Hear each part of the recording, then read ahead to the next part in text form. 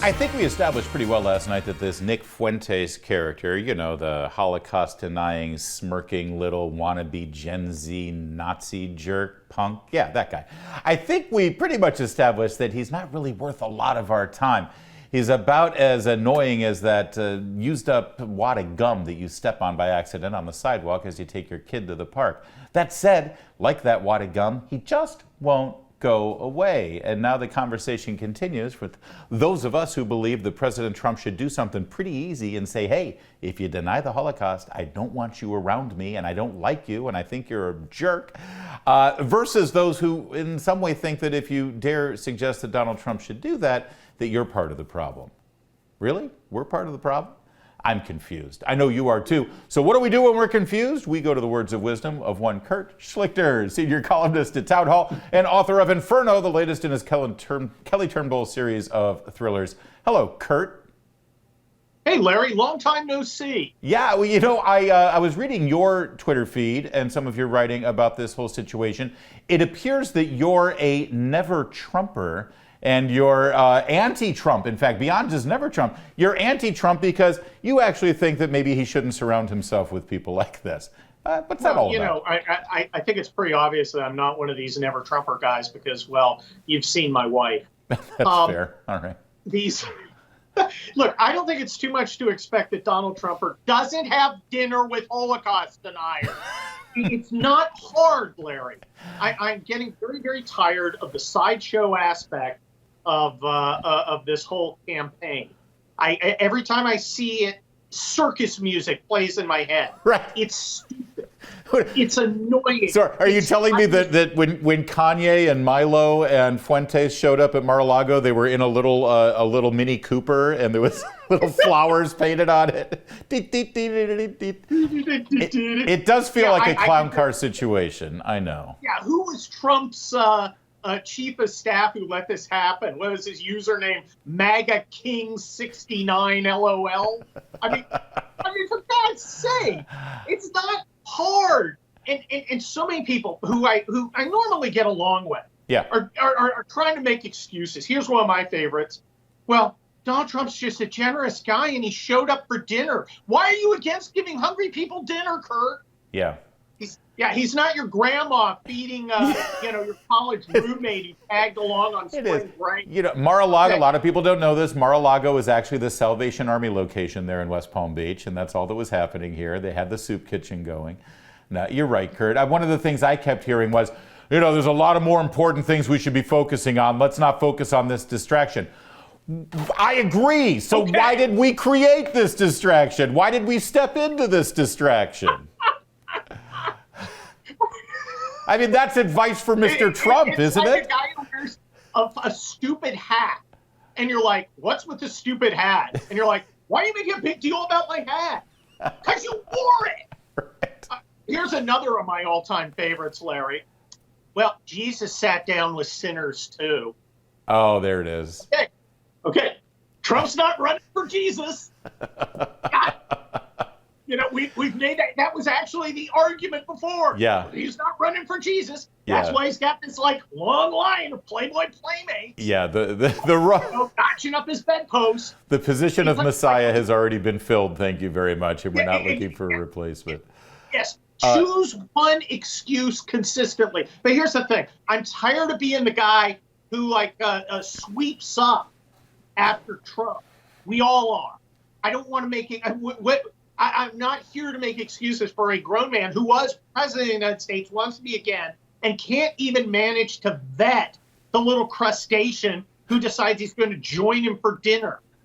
Okay, do you think Yee's going to bring, I don't know, a noted theologian, a particle physicist, or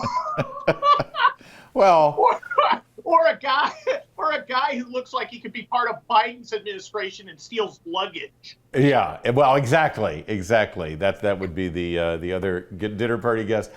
Kurt, here's what I hear from people, and we just spoke with Amber Athey, who was at the Tim Pool extravaganza last night. With Fuentes and Milo and Ye. And she said, listen, I heard them conversation. I talked to the people there. It was clear that Trump did not know that Fuentes was coming. It's clear that Trump did not even know who Fuentes was. And I just don't think that's an excuse. In fact, I think that illustrates the problem here, that Yes. a professional organization actually goes through the process of making sure that a Holocaust denier is not sitting in a private dinner with the President of the United States. Yeah, let's do a thought experiment, Larry. Go to New York City, go to one of the skyscrapers. Hey, here at Chase, I'd like to speak to the president of Chase Manhattan, please. Oh, come on in. Dinner's served. No, they're going to go, hold on for a sec, run you, and if it pops up, thinks Auschwitz didn't happen, you're not going to get in. And you know what? You shouldn't. Right. Okay, this is not hard stuff. People are, some of these people are so desperate to excuse Donald Trump, which does him no favor. Yeah.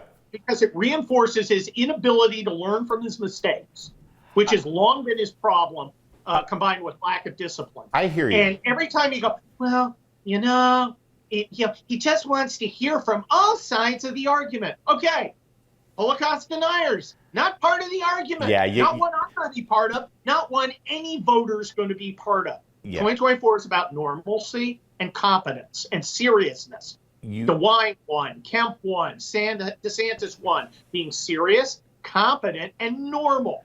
You're not going to win if you're the ringmaster of this sideshow.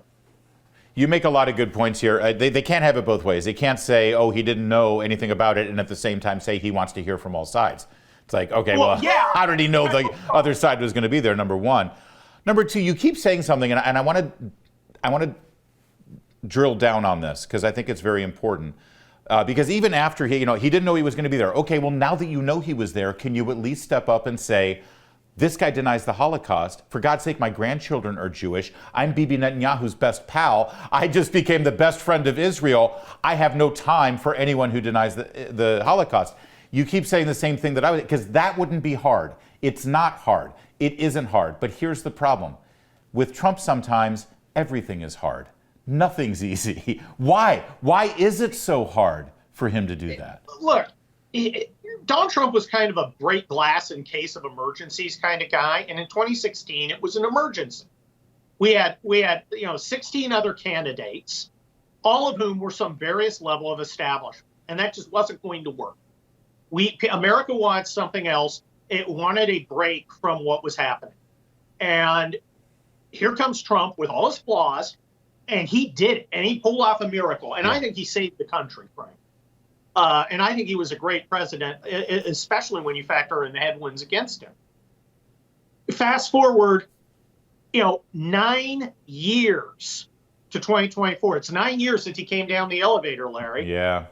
As Alinsky said, after a while, everything gets to be a drag. You can't keep bringing the hammer with you to solve every problem. Yes, it solves the nail, but there are other problems. And the whole Trump Act is just exhausting. Yeah. And we don't need it.